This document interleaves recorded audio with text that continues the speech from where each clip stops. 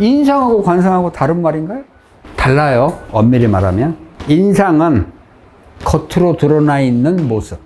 관상은요, 있는 그대로의 모습을 보는 것인데 내면을 보는 거라고 이해를 하시면 돼요. 인상이 좋은 사람이 관상이 좋다고 볼 수는 없어요. 가면을 쓰고 김건희처럼 성형을 완벽하게 하고 인상 좋게 웃으면 좋은 상이라고 봐야 될 거 아니에요. 김건희 씨의 얼굴에서 이목구비가 어디 문제 있는 곳이 있나요? 보이세요? 눈이 뾰족하다는 말은 듣다 처음 듣는데요. 김건희 얼굴은 특별히 문제가 있다고 보기는 좀 어려워요. 예, 왜냐 그러면 그 모양을 아까 물어보셨잖아요. 이게 뾰족하다. 근데 그것이 앞쪽이 뾰족한 것은 좋은 건 아니에요. 그런데 그것이 뾰족하다라고 해서 이 사람 얼굴 관상의 전체를 판단할 수는 없어요. 예. 그러니까 여러분들이 얼굴을 딱 봤는데 콧방울이 약해 그렇다고 해서 그 사람이 제복이 없다고 보면 안 돼요. 돈을 대표로 보는 건 코거든요. 근데 관상은 어느 한 부위를 좋다 나쁘다 판단하기 이전에 균형과 조화를 잘 살펴봐야 돼요. 입을 빼고는 조화를 항상 보셔야 돼. 근데 이 얼굴에서 성형을 했을 때 나쁜 부분은 얼굴 상에서는 거의 없어요. 문제점이. 근데 아무리 완벽하게 해도 못 고치는 게 있다, 성형으로. 눈빛 또. 목소리는 못 바꿔요. 제가 그때도 김건희 씨의 얼굴과 목소리를 비교를 해보게 되면 파격이라고 그랬어요. 파격. 잘 다듬은 도자기 그릇을 망치로 박살을 낸 거예요. 끝났어. 제가 비유는 깨졌다고 그랬어요. 조화가 깨졌다. 그 말은 잘 만들어진 도자기 그릇을 망치로 깨트린 거하고 똑같아요. 마지막 결정이 어디예요? 입이라고 그랬죠. 입인데 그 얼굴의 겉모습이 아니라 목소리에서, 입에서 나오는 그 목소리가 핵심이에요. 그게 포인트. 고수는 알아. 제가 그 말을 왜 했는지. 일반 사람들은 못 알아들어요. 목소리가 뭐 어땠게? 그죠? 자, 그 목소리가 잘 어울려지려면 어떤 얼굴형이 잘 어우러져요? 최불암 씨 있죠? 최불암 씨의 목소리가 톤이 좀 더 중후하거든. 최불암 씨는 얼굴형과 목소리가 그 중후함이 잘 맞아요. 이 얼굴은, 김건희 씨의 얼굴은 목소리의 중후함이 전혀 어울리지를 않아요. 그래서 파격이 되는 거예요. 박살내버리는 목소리야. 마지막이 입이기 때문에. 그럼 하나 예를 들면 김종필 씨 아시죠? 돌아가신 분. 제가 본명이 김종필이었어요. 아우, 진짜 누구 할못하는 재수가 없어가지고 바꿨어요. 그 다음에 개명을 했어요. 지금 원택이죠. 김종필 씨가 젊었을 때 얼굴을 보면 진짜 잘생겼어요. 귀격이 얼굴이야. 목형에 아주 잘생겼어요. 목형에 목에 목소리가 나와야 되는데 투갈이 깨지는 토형의 기운이 나오는 거예요. 그건 토의 기운이 나오는 거예요. 목극 토죠. 얼굴이 목소리를 박살을 내는 거예요. 파격이에요. 제가 그때도 김종필 씨는 절대 대통령이 될 수가 없어요. 안 돼요. 왜요? 그게 안 맞아요. 대통령이 안 되려고 했겠어요? 되고 싶었겠지? 될 수가 없어요. 미안하지만 탈락. 야당 총재? 아니, 야당의 대표는 될 수 있지. 대통령? 꿈꾸면 안 돼요. 그게 바로 격이에요. 격. 격이 높으냐 낮으냐? 반드시 봐줘야 돼요. 관상의 핵심은요, 조화와 균형입니다. 아무리 잘생긴, 아무리 기가 막힌 얼굴이라고 해도 조화와 균형이 깨지면 잘생긴 얼굴이라고 볼 수가 없어요. 그러면 한번 생각을 한번 해봐야 돼요. 왜 사람들은, 남자는 미인의 여자를 좋아하고 여자분들은 잘생긴 남자를 왜 좋아할까요? 왜요? 코가 잘생겨서? 눈동자가 잘생겨서? 입이 멋있어서?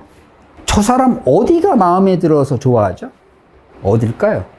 잘생김과 못생김의 판단 기준? 뭐죠? 왜 사람들은 이명웅 씨의 트로트를 보면 왜 열광을 할까요? 왜 키가 크고요? 네. 목형에 목소리도 좋아요. 인기 있는 배우를 보면 제가 한 4년 연예인만 상담을 했었어요. 좀 달라요. 연예인들은. 네. 그런 기운이 있어요. 그런데 그것 때문에 많은 사람들이 몰릴까요? 근데 잘생기고 못생기고의 기준이 뭐예요, 도대체? 생각을 해봐야 돼요. 미소 짓는 인상을 지으니까 사람이 딸려오나요? 이상하지 않나요? 과학자들이 연구를 했어요. 왜? 레오나르도 다빈치가 모나리자상 얼굴 그린 그 얼굴이 왜 그렇게 유명할까요? 근데 거기에 어떤 법칙을 집어넣었대요. 그게 바로 황금 비율이에요. 황금 비율. 이 황금 비율은 최고의 미녀라고 하는 외국이나 국내에서 미인이라고 하는 사람들의 얼굴을 황금 비율을 따져봤더니 완벽하게 그 비율과 일치가 되더라 라는 말을 하더라고요. 여러분들이 지니고 있는 휴대폰 그리고 TV 가전제품 여러분들은 단순하게 생각하시죠? 이 법칙에 의해서 만들어진 거예요. 휴대폰 길이 이거 뭐 별반 차이 있나 그랬는데 아니에요. 그 비율대로 만든 거예요. 1대 1.6인가? 그 비율이 있답니다. 그래서 사람의 얼굴이 미인과 미남의 얼굴이 되기 위해서는 1대 1대 1이었는데 요즘은 비율이 바뀌어서요. 1.2대 1대 0.8이 미인의 균형 잡힌 얼굴이다 그래요. 한가인이 됐든 김태희 씨도 마찬가지고 그 비율에 완벽하게 조화를 이룬다고 그러더라고요. 그러니까 이거를 무시를 못하는 거예요. 왜 멋있다고 이야기할까? 왜 이쁘다고 이야기를 할까? 바로 이 법칙이 있더라. 사람의 얼굴에는 황금 비율이라고 하는 것이 있다. 거기에 핵심은 바로 조화와 균형이에요. 여러분들은 머리가 둥그신가요? 머리가 둥글지 않은 분들이 있어요. 이렇게 뾰족하신 분. 굉장히 안 좋아요. 머리는 둥글어야 돼요. 여기가 뾰족한 사람이 있어요. 이마가 부모님 궁이고 그 뒤쪽으로 넘어가면 넘어갈수록 조상하고 연결이 돼요. 이마가 절벽이고 삐뚤어졌는데 조상복이 있어요? 없어요. 왜요? 후대에 나의 조상님들과 연결되는 게 바로 뒤통수예요. 그 애가 태어나면 머리가 삐뚤잖아요. 그럼 그거 바로 잡아주려고 하잖아요. 그렇게 해줘야 돼요. 그렇게 안 해줘서 만약에 어린애가 뒤통수가 삐뚤다 그러면 인생 살아가는 인생살이가 험악해집니다. 실제로 그래요? 그래요. 요즘은 어머니들이 그런 걸 알고 모자를 씌운다든가 해서 맞춰주잖아요. 그래, 그렇게 해야 돼요. 안 그러면 그대로 영향을 받아요. 기운의 영향이 내 인생에 영향을 줘버려. 이 관상이 참 가볍게 볼 수가 없어요. 사람마다 체형이 있다라고 하지만 40이 지나면 자신의 얼굴에 책임을 져야 된다. 그 말씀 들어보셨죠? 40을 먹고 40이 지나면 자신의 얼굴에 책임을 져야 된다? 왜 자신의 얼굴에 책임을 져야 된다고 그러죠? 40이 지나서 내 얼굴이 뭔가 균형이 안 맞고 잘못된 얼굴을 하고 있다 그러면 내 인생이 잘못 살아온 결과겠죠? 그렇습니다. 자, 그러면 아까 수업하기 전에 저쪽 먼 데서 경상도에서 오신 분 때문에 상담이 잡혀 있었어요. 저도 커피숍에서 갔어요. 이분이 쪽에서 딱 앉으실 때 이렇게 봤어요. 관상을 볼 때 뭘 주로 보세요?